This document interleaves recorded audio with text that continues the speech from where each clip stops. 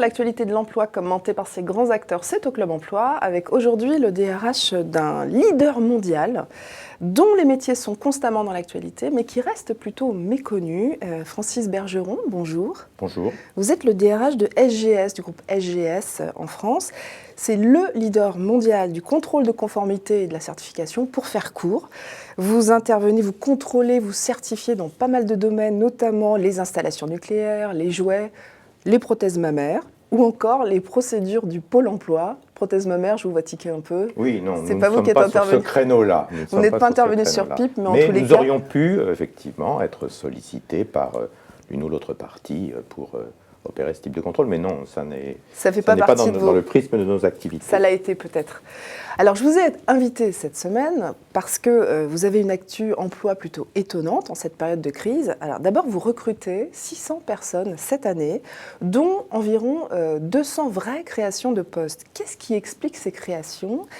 D'où vient votre croissance ? Ce sont des métiers qui sont en pleine expansion actuellement parce qu'ils rencontrent une préoccupation de type sociétal, je dirais, qui est la recherche de la sûreté, de la sécurité, de la qualité dans tous les domaines. D'autre part, il y a aussi le souci de neutralité et d'expertise sur tous ces contrôles, toutes ces analyses, toutes ces certifications. Et donc, de plus en plus, les grands groupes externalisent leur contrôle qualité, leur vérification, etc. Et donc, ils s'adressent à nous. Et vous dites aussi que le législateur est votre meilleur commercial ?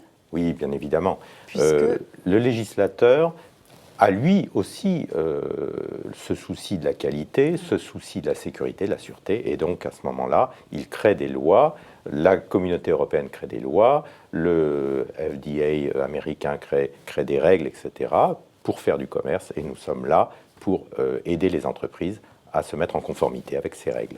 Voilà, notamment dans des domaines sur lesquels on va revenir. Alors vous recherchez justement de nombreux profils différents. Quels sont, ce qui nous intéresse aujourd'hui, peut-être les profils de cadres et d'ingénieurs que vous avez le plus de mal à trouver aujourd'hui ? Alors, comme beaucoup d'entreprises, nous sommes confrontés à la difficulté de recruter des commerciaux vendeurs, j'entends. Des marcheurs, par exemple, voilà, des pour gens le secteur qui vont phytosanitaire. Absolument.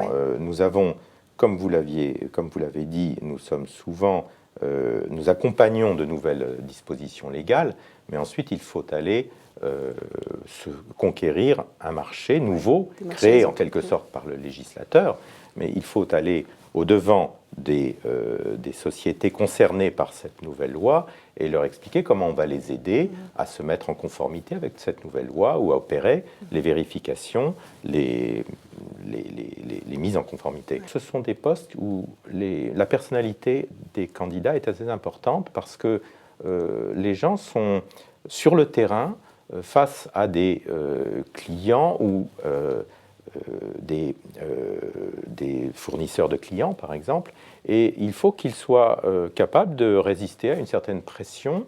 Il faut qu'ils aient une qualité de contact qui fasse qu'ils soient appréciés, acceptés dans leurs prestations, mais en même temps, ils ne doivent pas subir l'influence des parties prenantes. Donc il faut que leurs analyses, leurs certifications, leurs audits, leurs contrôles soient neutres, enfin soient sereins, soient conformes aux règles de l'art.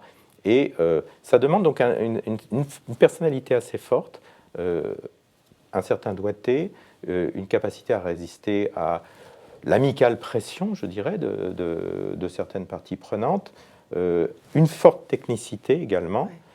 C'est la particularité de vos recrutements, effectivement, vous recherchez des experts dans beaucoup de domaines, que ce soit le nucléaire, on le disait tout à l'heure, le développement durable, l'agroalimentaire, etc. Et puis une forte autonomie quand même, parce que le technicien ou le cadre, il est chez le fournisseur, il est chez le client, il est sur le terrain, et il est tout seul. Et donc, il va falloir, bien sûr, il peut avoir des référents dans la société au niveau de son propre encadrement, mais dans l'immédiateté, il est seul. Très autonome. Voilà.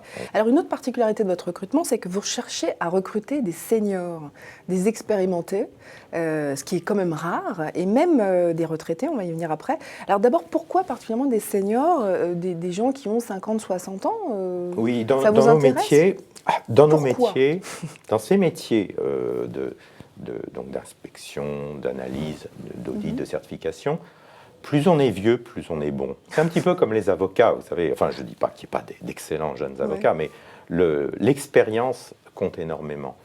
Et donc, nous vendons de l'expertise. Ouais. Et cette expertise, évidemment, elle s'enrichit. Il faut avoir de la bouteille. Et donc, nous sommes très preneurs. Nous sommes très preneurs, effectivement, de gens ayant une bonne expérience, une grosse expérience. Et l'âge est relativement indifférent. Nos premiers gisements de recrutement, ce sont nos anciens, à nous. Vos anciens, donc vos retraités. Nos retraités. Et c'est vrai que quand nos collaborateurs partent à la retraite, souvent nous leur suggérons ou ils savent qu'ils peuvent éventuellement postuler pour reprendre du travail, mais souvent sous des formes allégées, sous des formes beaucoup plus flexibles. Ah oui. Et donc nous avons beaucoup de gens qui nous quittent et puis dans les mois qui suivent, souvent, reviennent je dirais dans le cadre de contrats de vacataires. Ouais. Pour, vous leur proposez des temps très partiels, annualisés, c'est ça? Oui, c'est ça. 300 heures. Des temps partiels annualisés. Okay. Et ils vont aller, par exemple, contrôler les retours de véhicules chez les grands loueurs. Oui, de absolument. Véhicules, voir, voilà, vous prenez des carrossiers, vous me racontiez, vous prenez des carrossiers pour voir si... oui, on va chercher des experts je dirais, en carrosserie ou dans ce genre de problématiques. Et c'est intéressant pour nous, évidemment, de pouvoir mailler le territoire français avec ce type d'expertise, de gens qui sont prêts et sont intéressés à l'idée de travailler, mettons, 300 heures par an au profit du groupe SGS dans cette spécialité. Et alors, cette année, ça représentera combien de postes, ces postes pour les retraités?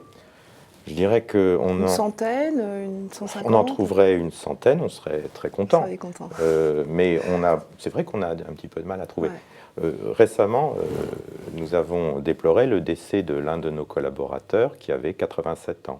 Ah oui, c'est à noter. Alors, autre particularité de SGF, vous aimez les candidats très autonomes, vous l'avez rappelé tout à l'heure, parce que vous proposez des postes en télétravail dès l'embauche. 50% de vos salariés sont en télétravail. Alors, vous cherchez à faire des économies de locaux oui, au besoin, oui, bien sûr. Mais disons que nous avons deux familles de métiers dans le groupe SGS. Nous avons des métiers sédentaires, en général les métiers de laboratoire.